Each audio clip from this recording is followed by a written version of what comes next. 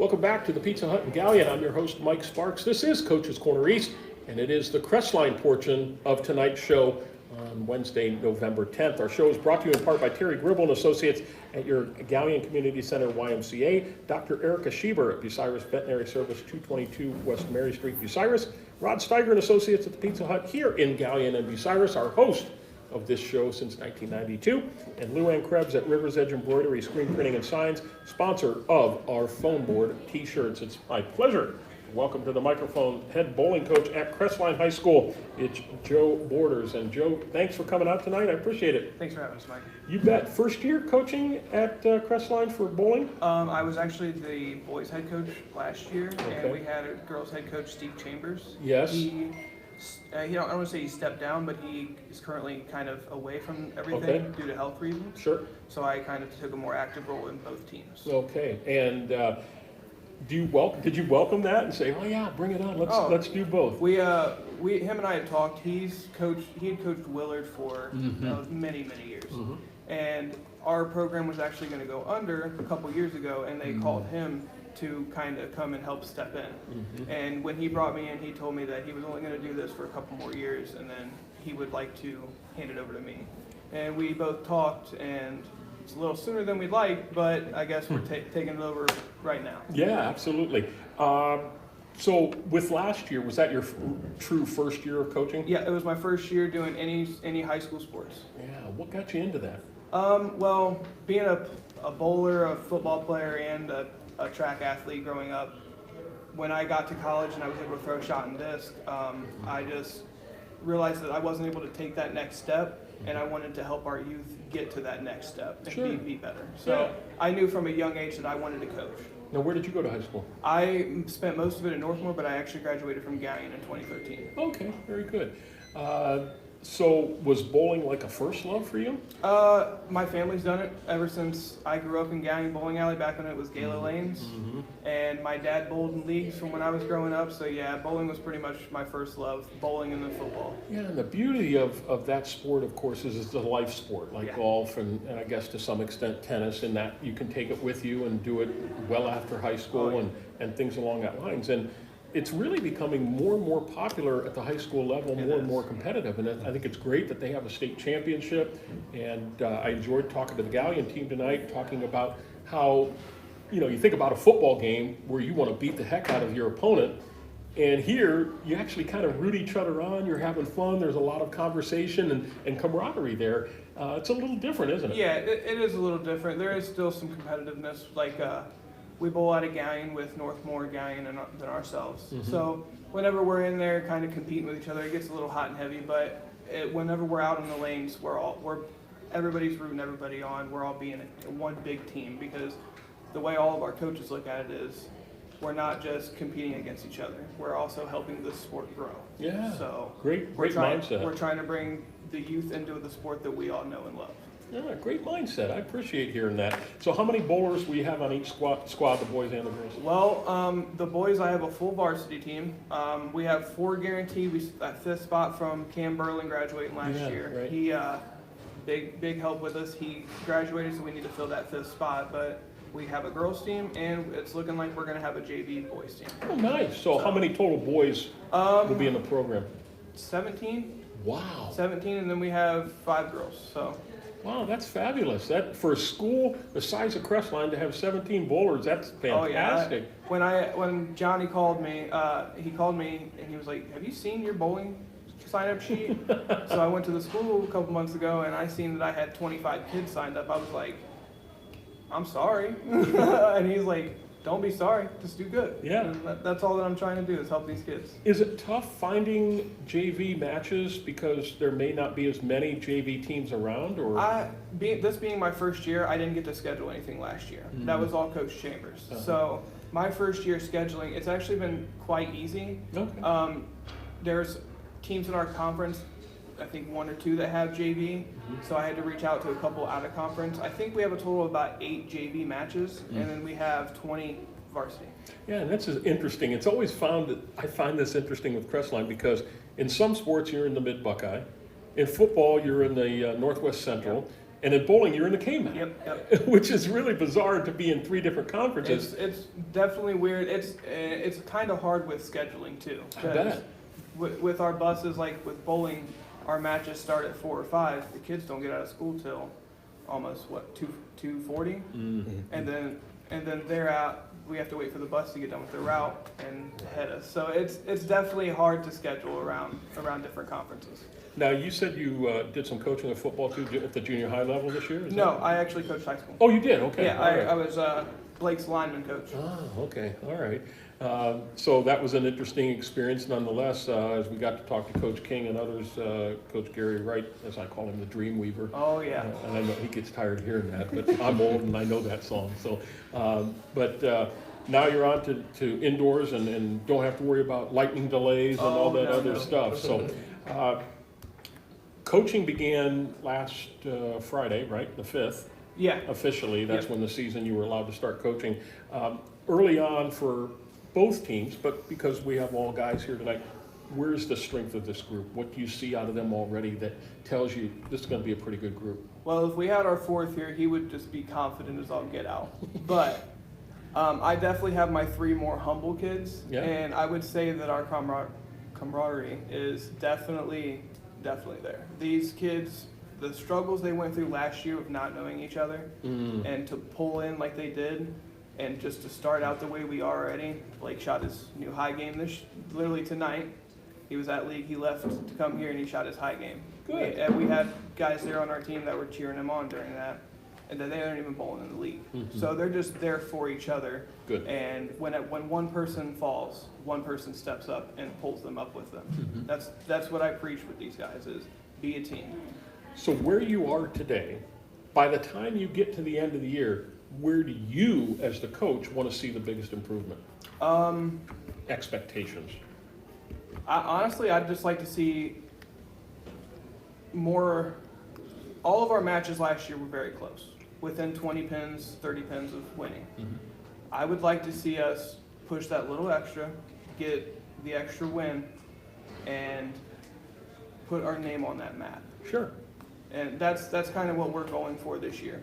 I have 2 seniors that are going to be graduating, and they want to put their name out there. Yeah, that's a great lofty goal to have, and I think that's well within the ability to accomplish. And when you have 17 in the whole program, things are trending in the right direction. Yeah. There's no question about it. Very good. Well, we'll take a break here before we talk to the young men around the table. Our show is brought to you in part by Don Barn Associates at the Galleon Building at Lone Bank, Matt Studer at Spitzer Chrysler Dodge Jeep Ram and Kia 1 mile east of the Richland Mall, and Mark Osborne and Associates at E-Crane International, serving worldwide markets from the Galleon Industrial Park. And first up is sophomore Hunter Gibbons. Hunter, thanks for coming out tonight. Thank you for having us. And Coach says this group is the humble group. Is that really true? Yeah. You just kind of keep to yourselves, or you're not the rah-rah type mentality? Is that what it is? We're a little bit of both. We can, during matches, we always have each other's backs, and one of us are down, we pick them up, and we get back at it. So I trust you did bowl last year as a freshman? Yes, sir. Where have you improved from last year to now? My scores definitely. I was throwing probably an average of 170, so now I'm closer to about 200. Oh, wow, great. Now, was that because of what you did in off-season Yes, sir. and just, or is it just an ability and a confidence? I practiced a lot during the off season to make myself better to provide and assist the team and when we're struggling and stuff. Were there times last year as a freshman where you thought, what the heck am I doing here? I have Yes. no clue. Yes. I am this little freshman, and I don't know that I belong in this environment. Now you're, about a week away, a little over a week away from your first match. Confidence-wise, how much has that increased? And when you're going to go out there on the 19th and you're like, I'm ready to go. It's increased a lot. Last year was my first year, and it was really bad. I was uncoachable, as our coach, Mr. Joe Borders said. Well, I think that's great that you admit that. That's fabulous. Definitely during the off season, we took strides to That's great. to improve. Yeah. And, on the 19th, I'm ready, and I can't wait. Well, as Coach said, you got a lot of guys that are, and a couple seniors that want to leave their Yeah. mark, and to have the numbers that you have, I think is outstanding at the size of the school that Crestline is, and I think there's just great potential to do a lot of wonderful things this year. So good luck to you. Other than Victory Lanes, which is your home lanes, right? Yeah. Where do you like to bowl? Lex Lanes is one of my favorite, and bowling alley up in Willard. Oh, okay, all right. So I don't know much about bowling. I've bowled a number of times in my life, but I understand the synthetic lanes at Lexington. How big of a difference do they make in what the ball does? It makes a big difference. I like to have my ball at Victory go out and around. At Lexington, for me, it's more I have to go straight at it. Ah, okay, all right. So it is a big difference. It's a big difference. Yeah, so you have to adjust. Yep. All right, very good. Well, good luck to you. Have fun this year and enjoy it. Thank you. Next up, we have Cody Griffin as a sophomore as well. And thank you for coming out. I appreciate it. And just like Hunter here, your second year, right? Yep.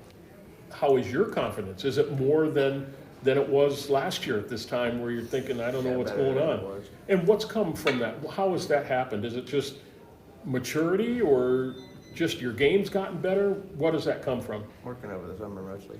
How often did you bowl over the summer? 3 times a week. Did you? Okay. Now, when you're in the high school season, are you allowed to be in leagues too? They allow you that, or you cannot? You can't be in a league. You cannot. Okay. You No, just. You can. Oh, you can. Yeah, Okay. you You're can. allowed to be. Okay. So it's not breaking any OHSAA rules or anything. So will you be in a league, or are you just going to worry about your high school team and be done with it? Just be a high school team. Okay. When you look at yourself, what is the strength of your game that kind of sets you apart? I don't really know. Are you more of an aggressive bowler, or are you kind of one that I'm going to lay back on that first roll and I'm going to pick up spares? It's more calmer. Okay, more calm. All right, very good. Well, good luck this year. Thanks for coming out. I appreciate it, and enjoy your season. It should be fun. Next up, we have senior Blake Guiler, former football player. Yep.